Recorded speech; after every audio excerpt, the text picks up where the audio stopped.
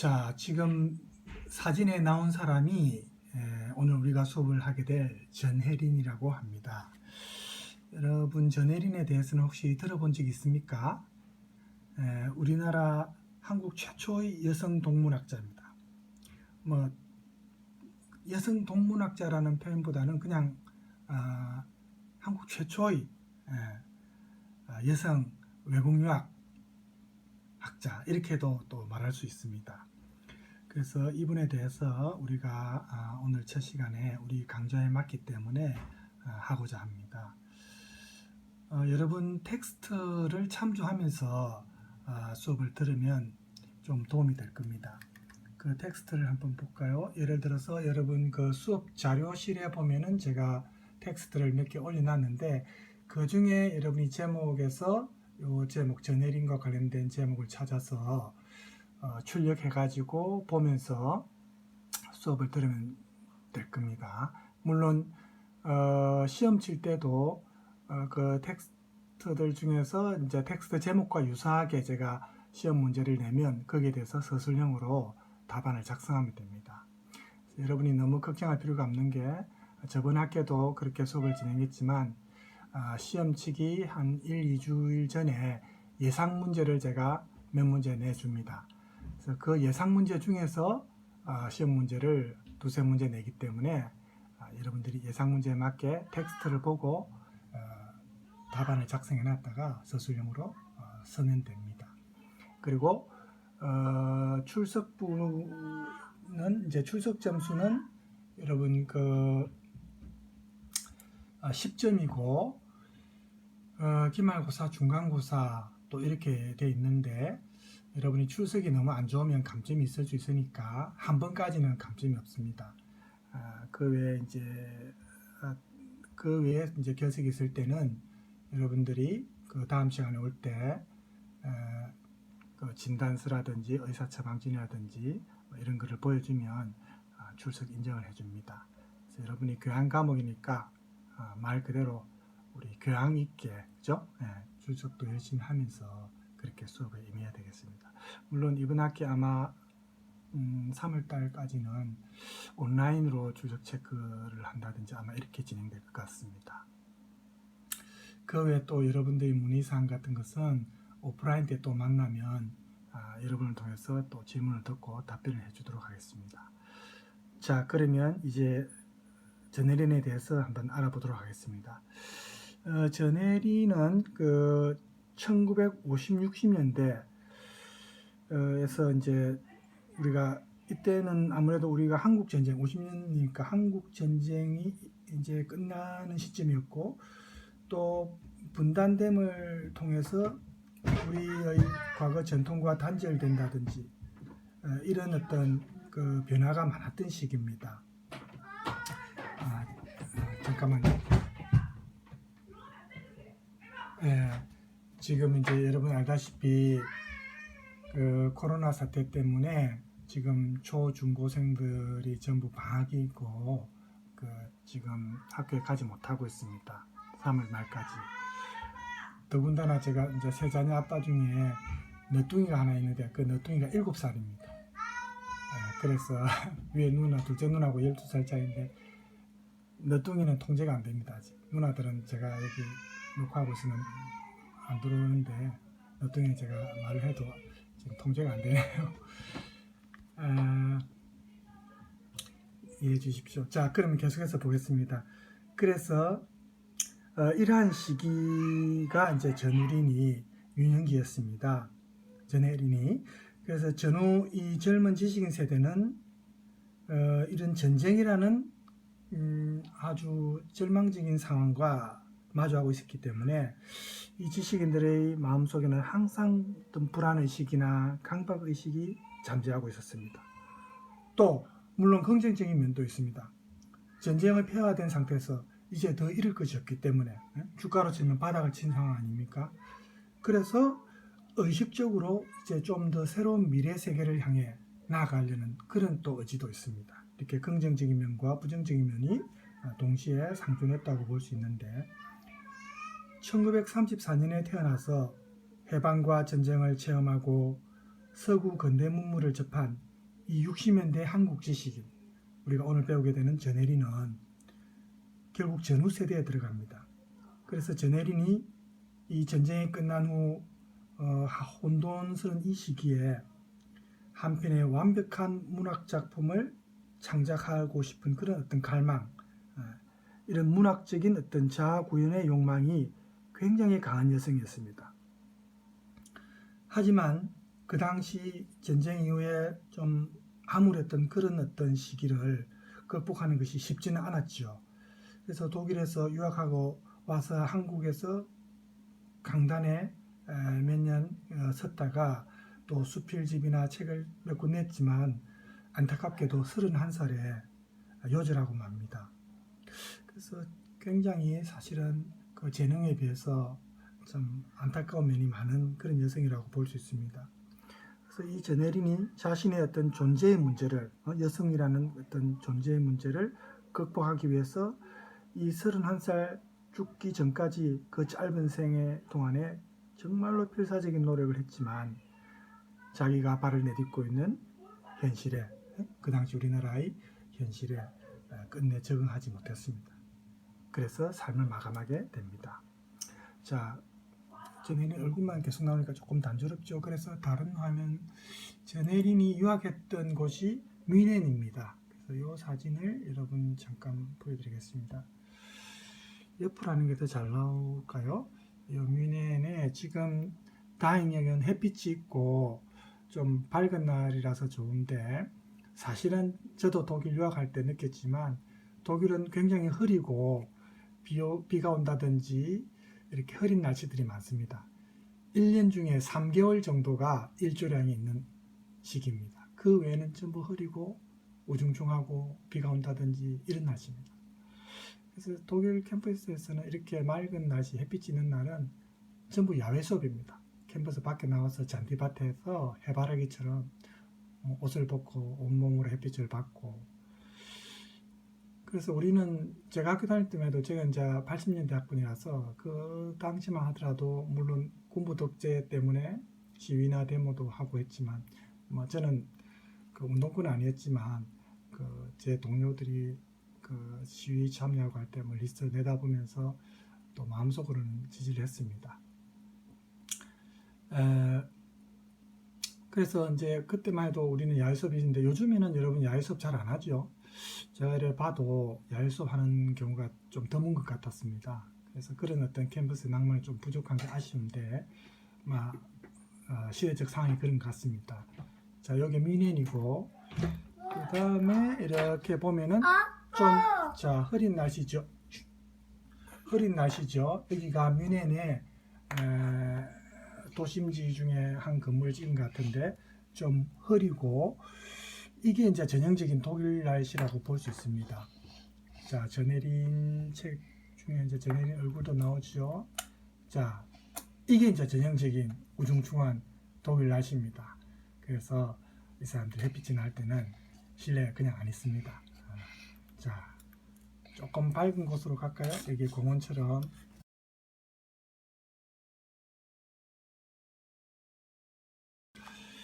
자, 다시 시작하겠습니다. 이제 너뚱이를 진정시키고 왔는데 제가 집에서 지금 찍는데 애들이 전부 집에 있다 보니까 녹록지 않네요. 학교도 지금 통제되어 있으니까 학교 가서 찍을 수도 없고, 여러분이 이해해 주십시오. 자, 계속해서 보겠습니다. 그래서 이제 요거 뮌헨에 이제 날씨가 좋을 때 사진인데 요걸 잠깐 배경을 해놓고 하겠습니다. 그래서 이제 이 글에서는 정말 불꽃 같은 인생, 그렇게 한순간 짧은 생이지만 살고 간 우리 한국 최초의 여성 동문학자 전혜린의 삶과 문학에 대해서 알아보기로 하는데, 페미니즘적 시각에서 좀 살펴보고자 합니다.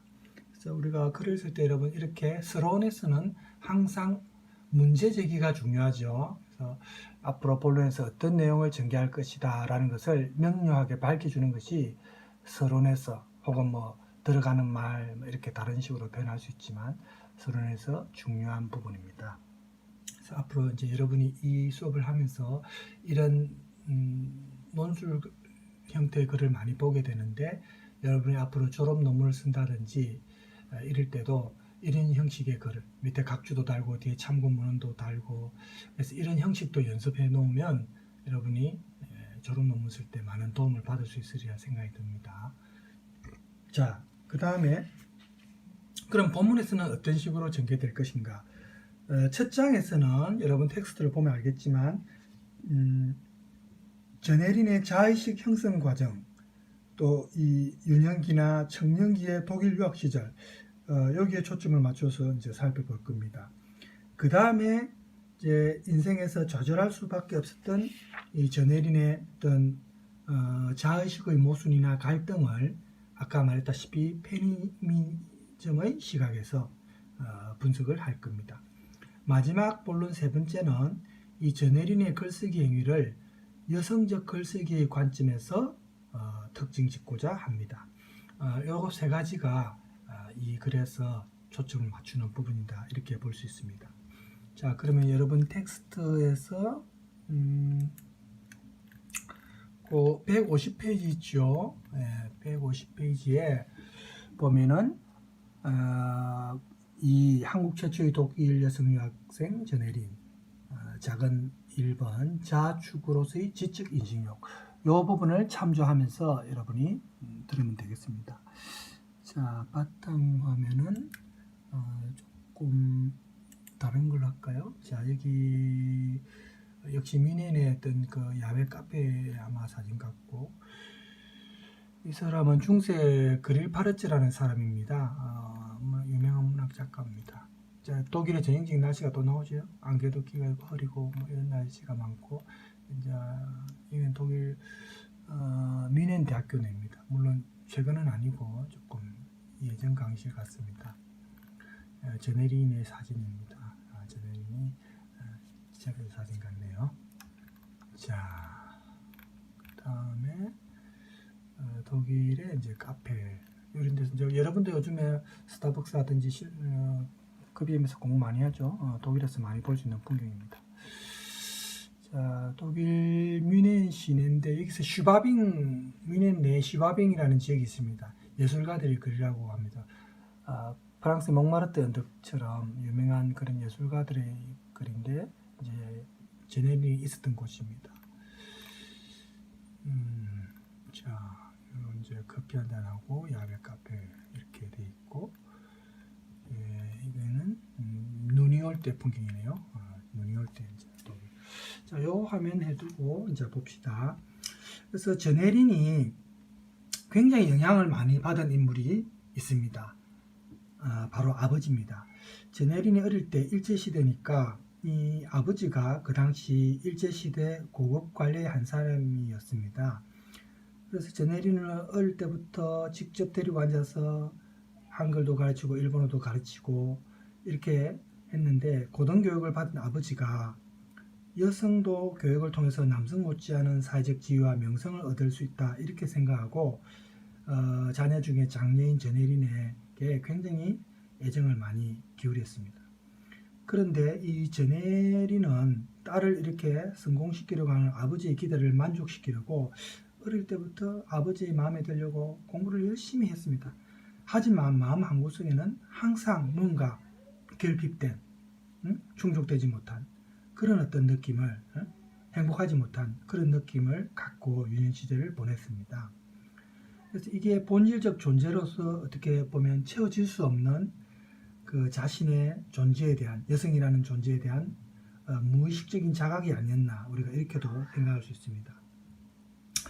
그 전혜린에 대한 에세이가 많은데 그 중에 전혜린의 홀로 걸어온 길, 그리고 아무 말도 하지 않았다라는 에세이에 보면 이런 말이 나옵니다. 손에 물 하나 안 튀기고 방에서 공부만 할 수 있는 당시 한국의 보통 딸들이 누리지 못하는 특권을 누렸으나, 이런 표현을 합니다.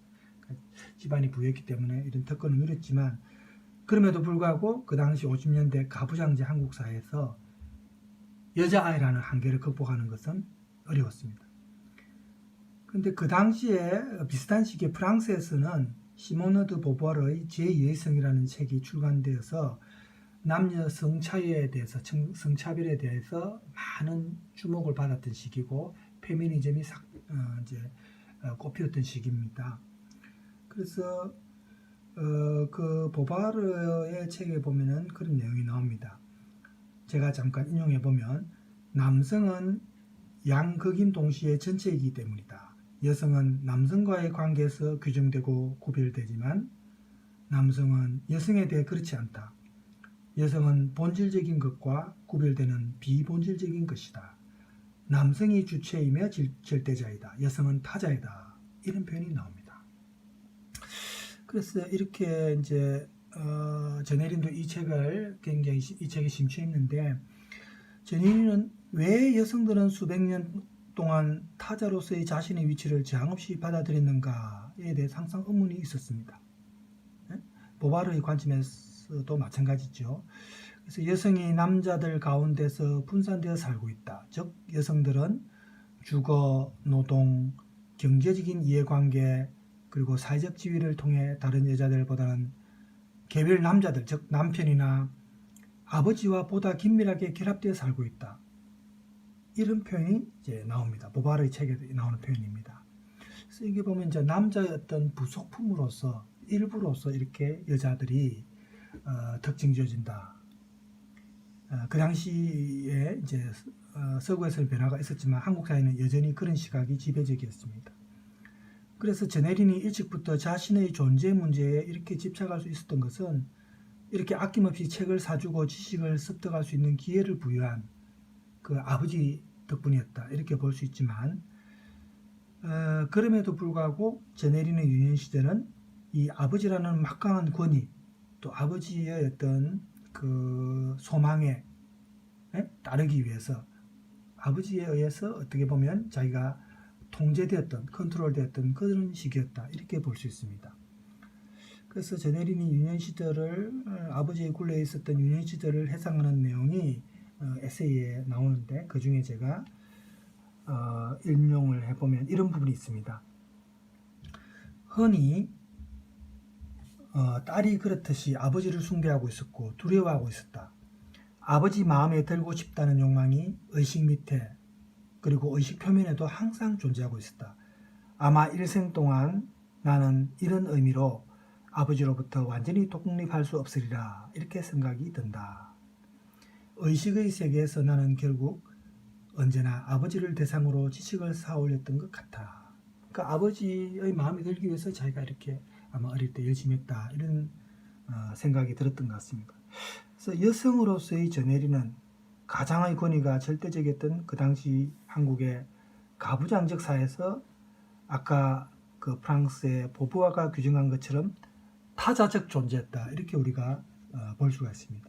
그래서 이런 남자와 비교할 때 타자라는 의식은 무의식적으로 이 어린 시절 저네린에게 한국 사회가 아닌 그 당시 가부장적인 한국 사회가 아닌 미지의 세계로 떠나고 싶은 그런 동경이 항상 자리하고 있었습니다.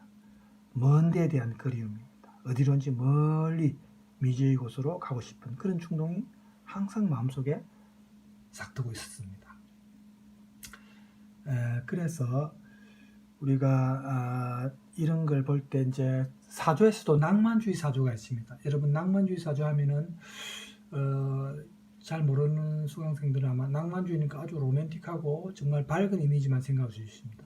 그런데 사실은 낭만주의가 유행했던 시기는 유럽에서 전쟁이 발발해서 온 국토가 황폐화 되었던 그런 암울한 시기였습니다. 독일도 마찬가지였습니다. 특히 독일에서 낭만주의는 더 강렬했습니다. 그래서 그런 어떤 자기들이 살고 있는 현실의 어두움, 피폐해진 그런 어떤 삶에서 벗어나기 위해서 자기가 지금 살고 있는 나라가 아닌 멀리 떨어진 다른 나라, 어떤 꿈을 꿈속에서 그리는 나라라든지 이렇게 먼 곳을 동경하고 극단적인 경우에는 죽음을 생각한다든지 이런 식이었습니다. 그래서 우리가 생각하는 낭만주의가 그런 시대적 배경을 띠고 있다는 것을 우리가 알 수 있고 계속해서 저네린과 관련해서 조금 더 보면 아까 말했던 그 프랑스의 보부아에 의하면 이 타자라는 존재는 결국 본질적 존재가 아니고 비본질적 존재입니다. 그래서 여성이 스스로 서기 위해서 이 남성에 맞서서 남성에 필적할 만한 행위를 할 수 있어야 한다. 이렇게 생각을 했습니다. 여성 특유의 의존성에서 벗어나 남성에 대한 의존성에서 벗어나서 이렇게 뭔가 부족한 결핍으로 정의되는 여성이라는 자기 존재와의 투쟁을 통해서 스스로를 자기의 자아를 정립해야 한다. 이렇게 보았습니다. 그래서 제네린의 홀로 걸어온 길이라는 그 수필집에 나오는 부분을 제가 잠깐 보면 이런 말이 나옵니다. 나는 혼자 살고 싶었다. 내 일생을 인식에 바치고 싶었다. 자유롭게. 대학생이 된 후에도 그런 결심을 되풀이했었다. 이런 표현이 나옵니다. 그래서 아버지가 삶을 통제하던 억압의 상황에서 본질적 존재가 아닌 비본질적 존재인 타자로서의 이런 부족한 결핍감을 채우기 위해서 제네린이 할 수 있었던 것은 어릴 적부터 맹렬하게 인식욕에 많이 배우고 싶은 지식욕에 매진하는 것이었습니다. 그리고 자신만의 지적 세계를 구축하는 것이었습니다. 그래서 보면은 이런 표현도 나옵니다. 수필집에 밤을 새고 공부하고 난 다음날 새벽에 닭이 일제히 울 때 느꼈던 생생한 환희와 야생적 즐거움도 잊을 수 없다. 완벽하게 인식에 받쳐진 순간이었다. 이런 표현입니다. 여러분도 뭐 시험 기간이나 이럴 때 뭐 밤샘도 하고 뭐 이런 경험이 아마 있을 겁니다. 그렇게 하고 나면 이제 새벽에 요즘엔 닭 울음소리 듣기 힘들지만 예전에는 이제 시골에서는 이제 닭이 울죠. 새벽 되면은. 그래서 이런 소리를 들을 때 이런 충만한 지적 인식욕, 그죠? 나름대로 채워진 그런 어떤 만족감 이런 게 이제 여기서 표현이 된 것 같습니다. 그래서 유년기부터 시작된 이런 제네린의 인식욕은 한편으로 보면 아까 말했던 그 프랑스의 보부아의 의미에서 볼 때 타자가 아닌 주체적 존재가 되기 위해서 제네린이 스스로 이런 생각을 갖게 되었다. 이렇게 볼 수가 있습니다. 그래서 유년기부터 이렇게 평범하게 살지 않겠다고 결심한 제네린이 주부나 어머니나 아내라는 여성의 전통적 인습에 안주할 수 없었던 것은 어떻게 보면 당연한 결과가 아닌가 이렇게 볼 수 있습니다.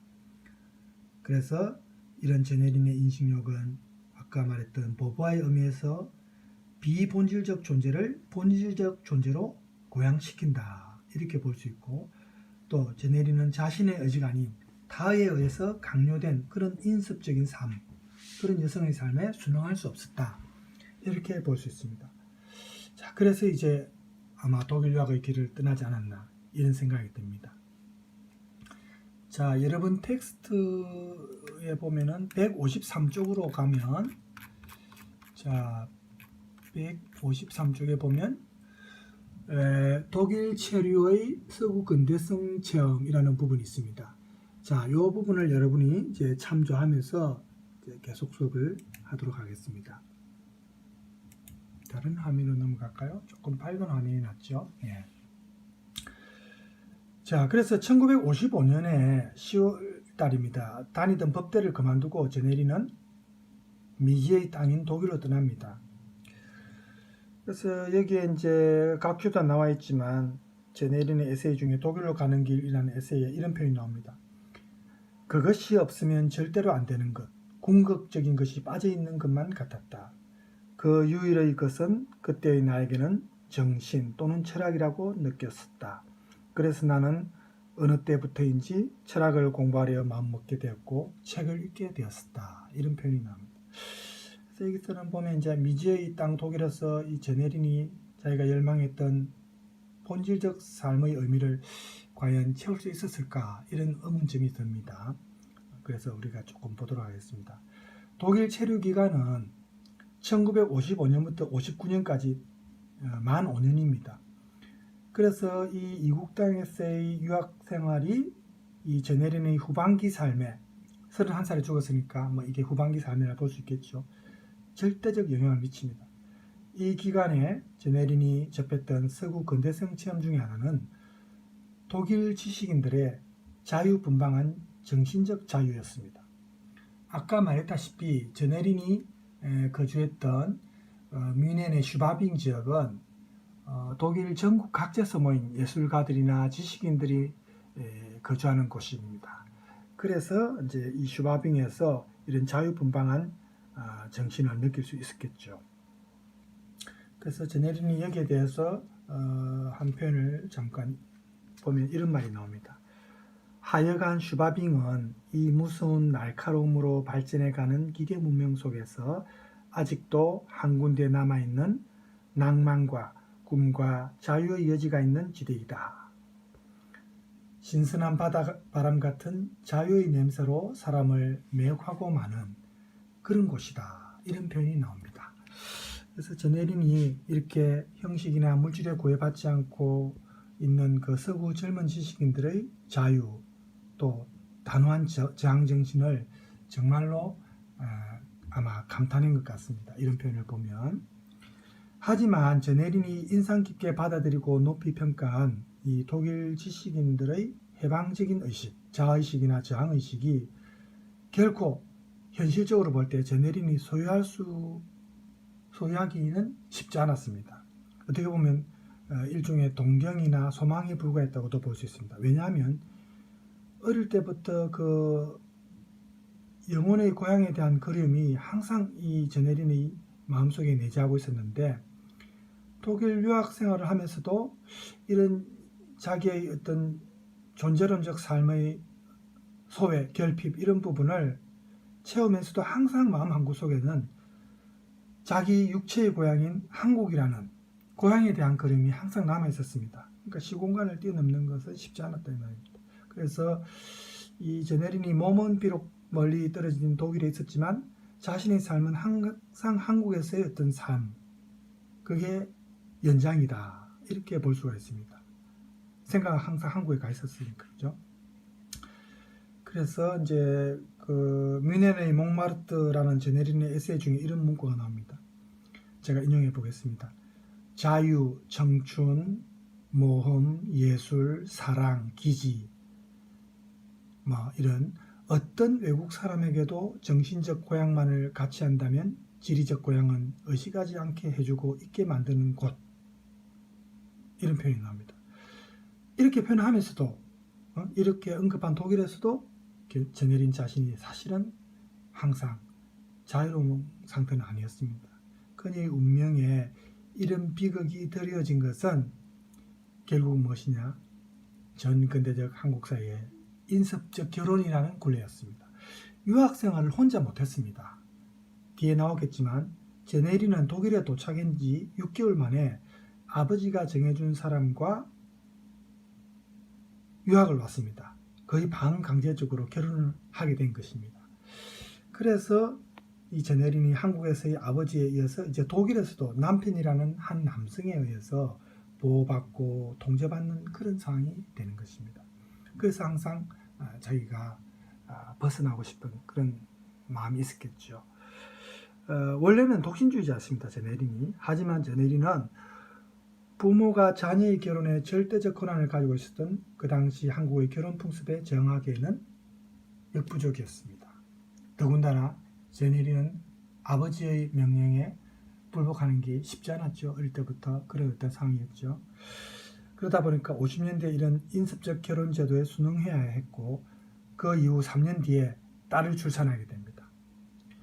그래서 이런 현실의 벽을 의식한 제네린은 독일에서도 한국에서와 마찬가지로 항상 존재론적인 인식욕에 불타 있었지만 내면적으로는, 정신적으로는 항상 움츠러들고 뭔가 자기 주변에 굴레가 있다는 걸 항상 의식하며 그렇게 살고 있었다, 이렇게 볼 수가 있습니다. 자, 화면을 조금 바꿀까요? 자, 이거는 여러분 갑자기 배가 고픕니까? 예, 소세지하고 이제 독일식 빵입니다. 빵 안에 소세지를 보통 많이 넣어서 먹습니다, 독일 사람들이. 제가 독일에서 유학생활을 할 때도 오래됐지만 소세지하고 감자, 이런 빵 이런 걸 많이 먹었습니다. 특히 이제 제 기억에 독일에서 빵이 참 맛있었습니다. 왜냐하면 아침에 이제 보면 빵집에 가면 갓 구운 빵을 이제 파는데 사람들이 줄을 쭉 섭니다. 여러분, 밥도 금방 한 밥이 맛있듯이 빵도 마찬가지입니다. 갓 구운 빵을 커피하고 같이 먹으면 정말 맛있습니다. 부드럽고. 그래서 이제 가끔씩 이런 생각이 드는데, 우리나라에서도 요즘에는 얼마든지 맛있게 먹을 수 있으니까 그런 아쉬움이 이제 크진 않습니다, 사실은. 자, 이런 음식이라든지 또 이제 뭐 독일의 풍경 중에 뭐 뮌헨 지역입니다. 여기도 다 뮌헨 이제 어떤 공원의 벤치 같습니다. 자, 여기가 이제 화면을 제가 화면 자꾸 흔들리죠. 이렇게 화면을 고정해 놓고 조금 더 보겠습니다. 그래서 이 독일의 실존주의가 전쟁이 끝난 후에 폐허 속의 그 어떤 암담하고 불안한 상황에서 새로운 삶을 시작하려는 젊은 세대의 의식 속에는 그 나치가 지배했던 파시즘 과거에 대한 자각이나 반성 이런 게 많이 있었고, 또 서구 근대사의 역사와 현실에 대한 철저한 성찰이라고 볼 수가 있습니다. 그렇다면 저네린에게 실존주의라는 것은 현실과 차단된, 어떻게 보면 보편적인 형이상학적 인간의 문제의식이다, 이렇게도 우리가 볼 수 있습니다. 그래서 독일 지식인들의 이런 실존주의적 자기성찰이 어떻게 보면 과거 그들의 역사와 사회에 대한 철저한 반성이라는 점에서 이 독일인들의 정신적 고뇌가 어떻게 보면 구체적으로 역사적이나 사회적 현실과 분리된 것은 결코 아니었습니다. 이게 참 다행이죠. 화면을 조금 이렇게 세우겠습니다. 왜냐하면 여러분, 우리가 지금 주변에 독일을 생각하면 항상 떠오르는 국가가 일본입니다.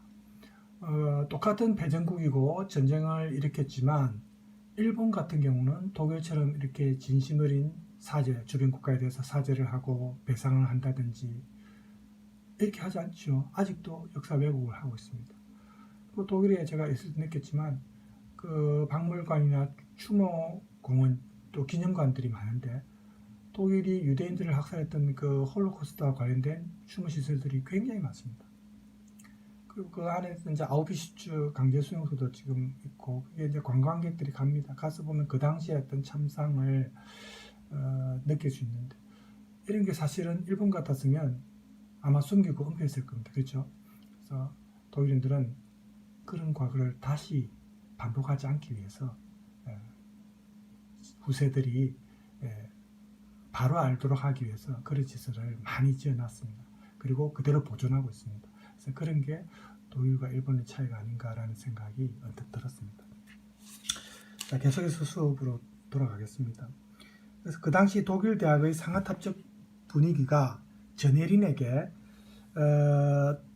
저네린이 독일에 오기 전 정신만을 중시하고 파고든 그런 관념론적 인식욕을 어떻게 보면 조금 더 강화시켜준 계기가 되었습니다. 왜냐하면 이제 동양인이면서 동시에 여성이기 때문에 저네린이 독일에서도 한국에서와 마찬가지로 가부장적 상징질서에서 배제된 이방인, 아까 말했던 타자 같은 존재였습니다.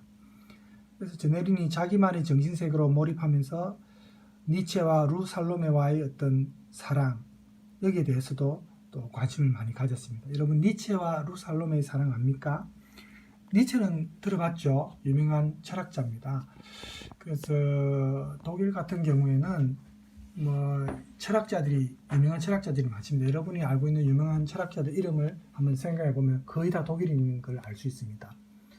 예를 들어서 헤겔이나 또 칸트나 쇼펜하우나 방금 말했던 니체나 다 독일인입니다. 그러면 여러분, 왜 철학이 이렇게 독일에서 발전을 많이 했지? 이런 의문점 들죠. 저도 그런 생각이 들었습니다. 그래서 저는 이제 기후적인 요인도 사실은 있다고 생각했습니다. 아까 말했다시피 독일은 흐린 날씨가 많습니다. 그리고 1년에 한 3개월 정도 빼고 나머지는 다 이렇게 비 오고 흐리니까, 예전에는 지금 전기도 안 들어갈 때 촛불 켜고 공부하고 이럴 때는 날씨가 흐릴 때는 야외 생활 많이 못했겠죠. 전부 실내에 안 있겠습니까? 그러다 보니까 실내에서 뭐 하겠습니까? 책을 본다든지 사색한다든지 이런 시간이 많았겠죠. 저는 그런 게 조금 주변 환경적 요인도 있었다고 보고, 두 번째는 독일 국민성 같습니다. 그래서 이 독일인들이 국민성 자체가 보면은 우리가 외모로 보면 전부 체격도 크고, 여자들도 우람하죠. 체격도 크고 좀 어떻게 보면 좀 기계적인 사람들처럼 보이기도 하고 냉정해 보이기도 하고 이렇지만 실제로 보면은 이 사람들이 굉장히 문학을 선호하고 또 철학적이고 사색적인 성향이 많습니다. 외모하고는 전혀 다릅니다. 그래서 이런 독일의 국민적 성향도 막 독일에서 철학이 발전하게 되는데 한몫 하지 않았나라는 생각도 듭니다. 자, 그래서 이렇게 이제 아까 니체와 루살롬의 같은 사랑 이야기에도 이제 제네린이 관심이 많았고, 그 다음에 동시에 이 제네린이 또 관심을 기울인 부분은 독일 문학의 번쩍 작업이었습니다. 그래서 이 부분이 지금 사실은 오늘 우리가 한국 최초의 여성 동문학자 이렇게 제목에 나와 있지만 제네린이 선구적인 역할을 했습니다. 이 번역을 통해서 독일의 많은 그 유명한 문학 작품들을 우리 국내에 소개했습니다. 여러분은 아는지 모르겠지만 헤르만 헤세나 루이제 린즈나 이런 문학 작품들이 국내에 많이 번역되어서 이제 출판이 됩니다. 제가 학교 다닐 때만 해도 제가 이제 80년대 학번인데 그 대학 때만 해도 이런 헤세의 책이라든지 루이제 린즈의 책을 많이 읽었습니다. 그래서 이런 게 제네린이 많은 역할을 했다는 걸 우리가 알 수가 있고, 그래서 제네린이 아이를 출산하고 유학 생활을 중단하고 이제 귀국을 하는데 양육의 업무가 지금도 좀 그런 게 지금 많이 달라졌죠. 이제 남자도 여자들을 도와줘야 되고, 저 같은 경우도 지금 이제 자매가 뭐 세자녀인데 제가 방학 때 직접 그 인터넷 같은 데 레시피를 보고 요리를 해서 애들 제 음식 실험 대상이죠. 그래서 막 먹이고 저도 먹어보고 이렇게 하고 설거지도 한 번씩 해주고, 왜냐하면 저 집사람도 일을 하니까. 그렇지만 그 당시만 하더라도 지금과는 완전히 다르죠. 그래서 양육의 업무가 전적으로 여성에게 부과되었던 그런 시기입니다. 그래서 이런 한국의 정근대적 현실이 자아추구와 인식욕에 강했던 제네린한테는 정말 괴로웠겠죠. 그래서 학업도 중단하게 되고, 애가 있으니까 애를 키워야 되는 겁니다. 학업 중단해야 되는 겁니다. 그래서 이제 1959년에 젖먹이를 데리고 혼자 귀국합니다. 남편은 아직 독일에 있고, 그래서 아이를 키우면서 시간 강사로 여러 대학을 강의를 나가는 동안에 남편은 계속해서 이제 독일에서 공부하고, 그 다음 해에 귀국합니다. 제네린이 귀국한 다음 해에. 그래서 제네린은 이렇게 한국에 돌아온 남편하고 결국은 이혼을 하게 됩니다. 64년에. 결혼 생활이 평탄하지 못했겠죠. 그래서 60년부터 대학 강단에 서기 시작해서 만 4년 동안 대학에서 강사 생활을 하다가 64년에 전임 교수로 발령을 받습니다. 하지만 그 당시 가부장적 한국 사회에서 이런 제네린의 어떤 먼 것에 대한 그리움은 자기가 죽을 때까지 계속 따라다녔습니다. 항상 갈등과 고뇌를 수반했던 것입니다. 그래서 여러분 뒤에도 나오겠지만 제네린이 그 우울증 때문에 죽게 되죠. 생을 마감하게 되는데 뭐 자살인지 그건지는 확실히 나오지 않습니다. 알 수는 없는데 어쨌든 우울증이 원인이었습니다. 자, 여러분 텍스트 이제 157쪽을 보면은, 자 157쪽에 자 여기입니다. 제네린의 욕망과 좌절, 분열된 자라는 부분이 있죠. 자, 이 부분을 여러분이 또 참조하면서 수업을 들으면 될 것 같습니다. 자, 화면을 조금 바꾸겠습니다. 이제 눈이 우리 부산에는 눈이 잘 안 오니까 눈 오는 전망, 자, 눈 오는 요 화면을 띄우고 하겠습니다. 그래서 제네린은 소년 시절부터 절대 평범해서는 안 된다라는 그런 명제를 숙제처럼 안고 살아왔습니다. 중학교 때 보면 나의 글에 역설을 이루려는 듯 나는 지금 가장 평범한 과정을 밟은 가장 평범한 직업인 아내, 어머니로서 가장 평범한 날을 보내고 있다. 이런 수필 중에 이런 문구가 나옵니다. 어릴 때의 자기 생각과는 완전히 다르게 살고 있다는 것입니다. 그래서 결혼 이후에 변화된 삶에 대해서 체념적으로 이렇게 이제 말을 했는데, 그 이후에 쓴 글도 보면은 대체로 결혼 생활에 만족 못하고 항상 불안해하고 좀 고통스러워하고, 그래서 히스테리 같은 증상도 보이고 이런 경우가 많았습니다. 그러니까 겉으로 볼 때는 가정이나 직업적으로 성공한 여자처럼 보였지만 실제로 제네린이 내면으로는 항상 자기 자신은 불행했다 이렇게 생각을 했으니까 이중적 삶이라고도 볼 수 있습니다. 그래서 이 장에서는 이 제네린이 왜 좌절된 삶의 욕망 그리고 갈등을 유년기부터 삭던 이런 강렬한 인식욕과 비교해서 한번 살펴보겠습니다. 제네린의 인식욕은 앞서도 잠깐 얘기가 있었지만 아버지의 소망에서 사실은 비롯됐습니다. 아버지한테 이제 잘 보이고 싶고 아버지한테 인정받고 싶은 그런 욕구가 강했습니다. 정신분석학자 여러분 알다시피 프로이트 있죠. 프로이트에 따르면은 소년은 결핍된 거세 콤플렉스 때문에 능동적인 성적 태도로부터 수동적인 성적 태도, 즉 공생관계였던 어머니로부터 아버지로의 의존으로 변화를 하게 된다. 이런 말을 했습니다. 그래서 소녀가 아버지에 대해서 선망하는 것은 이때부터 여성으로서의 삶의 길을 어떻게 보면 규정하게 된다. 즉 어렸을 적 아버지가 제레닌에게 남다른 기대와 애정을 기울였을 때 이 아버지가 제레닌에게는 아까 프로이트의 의미에서 보자면은 좀 이상화된 초자 같은 위치에 있었습니다. 절대적 권위를 가지게 됩니다. 그래서 나는 또 젊고 아름다웠던 그런 날들이 남들이 천재라고 불렀던 그 아버지 그리고 나를 정말 사랑하고 모든 것을 무조건 다 옹호해줬던 아버지를 나는 신처럼 숭배했다. 이런 표현이 이제 나옵니다. 그래서 제네린이 이 아버지의 어떤 명령에 정말 순종하는 딸이었고 그래서 아버지의 마음에 들기 위해서 사실은 자기가 원하지도 않았던 법대에 진학한 거죠. 물론 뒤에 법대를 포기하고 독일 유학으로 떠나게 되지만 그래서 이렇게 아버지의 영향하에 어릴 적부터 제네린이 추구했던 어떤 지적 인식욕은 육체를 배격하고 정신을 숭배하는 남성적 자아를 추구하는 것이다. 이렇게 볼 수 있습니다. 그러니까 이 남성적 세계에 편입하고 싶고 남자처럼 인정받고 싶었던 것입니다. 그래서 금욕주의적이고 절제적인 삶을 목표로 하는 이 남성적 상징 질서 체계에 편입하려고 무단히 노력했고 바로 여기에 제네린이 짧은 생 동안 계속해서 자기가 추구했던 선한 의지에도 불구하고 궁극적으로는 여자이기 때문에 삶에서 좌절할 수밖에 없었던 것이 아닌가 이런 걸 우리가 이제 알 수가 있겠죠. 그래서 아까 말했던 프랑스의 보부아에게 있어서 여성이 자의식을 추구한다는 것은 전통적 의미에서의 여성됨을 극복한다는 것을 말합니다. 그래서 이 제네린의 인식욕은 이 보부아가 말한 의미에서의 여성들이 그 내재하고 있는 자신의 제한된 존재를 극복하고 여성 주체로서 스스로 서리는 것을 의미한다. 이렇게 볼 수 있습니다. 그래서 제네린은 관념에 투철한 맑은 생활을 하기 위해서는 결혼이나 시민적 생활 같은 것은 비해한다. 이렇게 생각을 했습니다.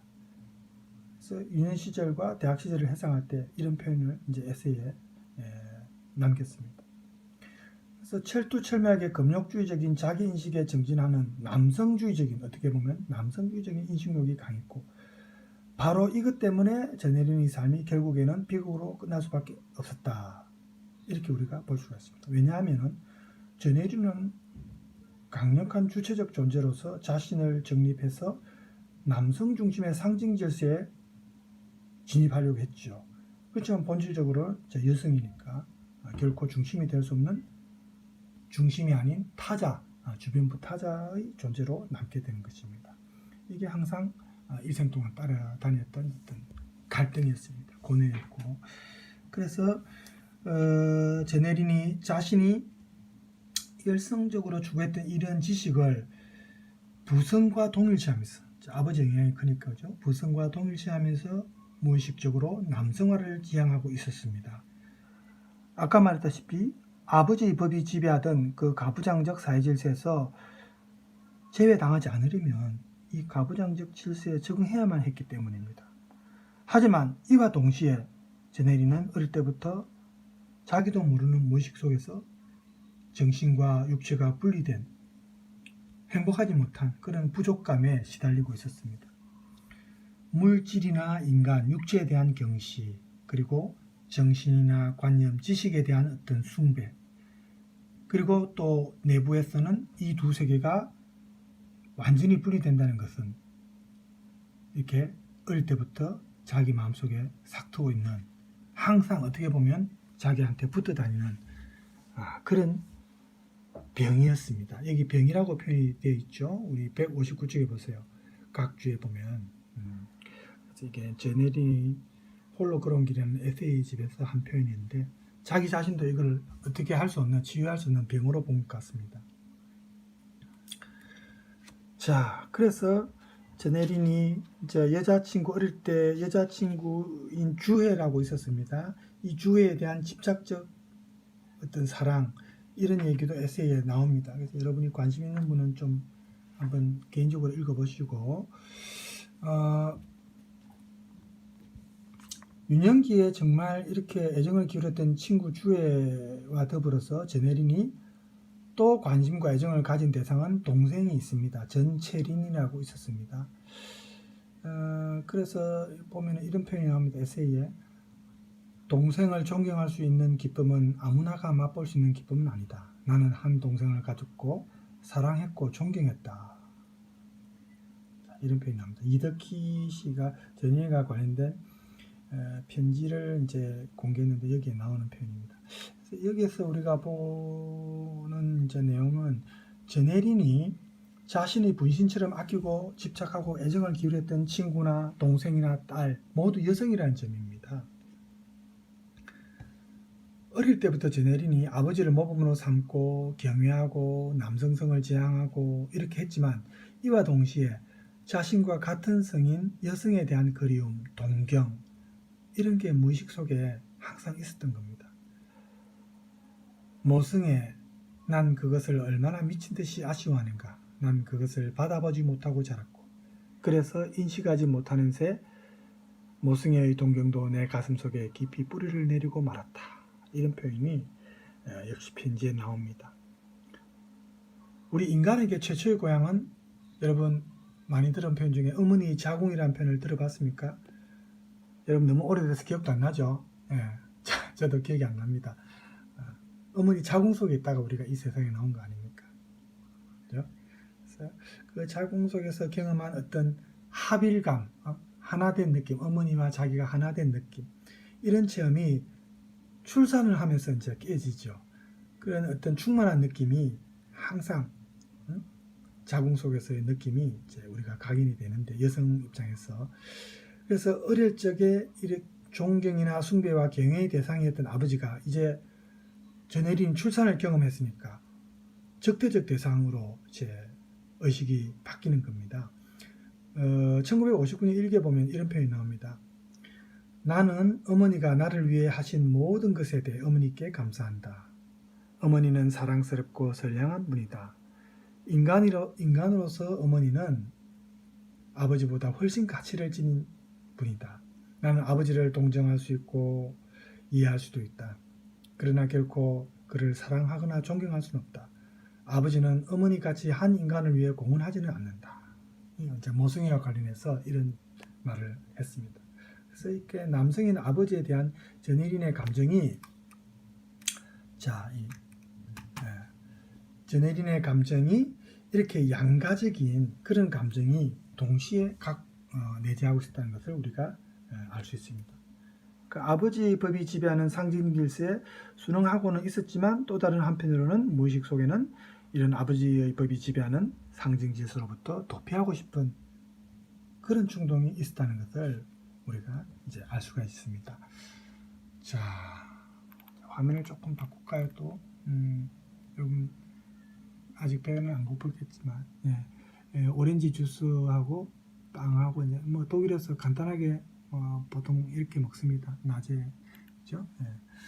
그다음에 이제 뭐 독일뿐만 아니고 유럽에 뭐 일상적인 풍경이 있죠. 이런 유럽에는 중세풍의 이런 건축들이 그대로 보존되어 있습니다. 물론 2차 세계대전 때 파괴된 건물들도 있지만 남아있는 건물들은 다시 이제 단장해서 이렇게 공개하고 있습니다. 자, 여기도 이거는 시계탑에 있는 인형이죠. 춤추는 인형이고, 자, 이 뮌헨에 있는 쇠로 만들어진 신시청사입니다. 자, 이게 이제 장난감 박물관입니다. 저도 가본 적이 있습니다. 장난감. 이 안에 전부 장난감으로 되어 있죠. 자, 이런 뮌헨의 풍경. 그 다음에 여기는 스무 마리아 교회인데 악마의 발자국이라고 이름이 그렇게 되어 있습니다. 악마의 발자국. 자, 그 다음에 플라워앤 교회인데 그죠? 스테인드 글라스처럼 이렇게 유리로 있고, 자, 이게 이제 야외 카페라든지 우리가 볼 수 있는 풍경입니다. 이 화면 잠깐 띄워놓고 계속하겠습니다. 그러나 이렇게 이제 저네린이 이런 인습에 벗어나서 남의 시선을 고려하지 않는 특이한 행동들을 이제 죽기 전에 몇 년 전부터 했습니다. 어떻게 보면 조금 히스테리하게도 볼 수 있지만, 그래서 이런 게 이러한 아까 말했던 남성적 상징 질서에 저항하고 반항하는 그런 어떤 자아의 표출이다, 이렇게도 볼 수 있습니다. 예를 들어서 어떤 행동을 했냐면, 저네린이 이제 그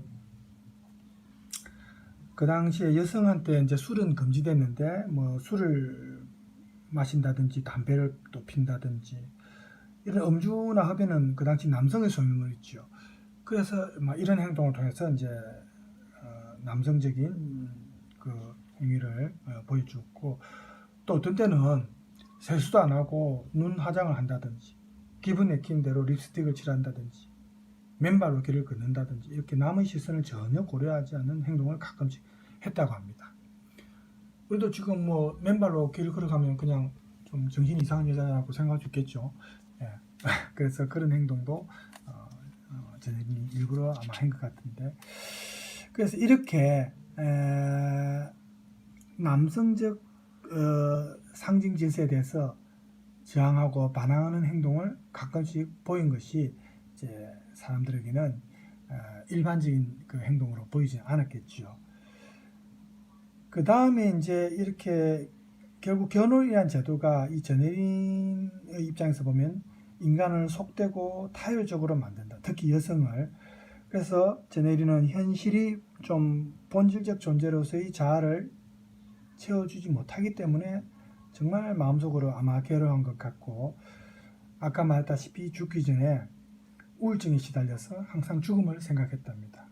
그래서 여러분 우리 연예인 중에도 과거에 최진 씨도 그렇고 우울증에 걸린 사람들은 그 어떤 충동, 갑자기 죽고 싶은 충동, 그 순간을 다행히 벗어나면 다행인데, 그 순간에 주변에 누가 없다든지 도와주는 사람이 없을 때, 자기 혼자 있을 때 그 충동이 강할 때 자기도 모르게 자살을 할 수가 있는 겁니다. 그래서 이 우울증이 사실은 굉장히 위험하죠.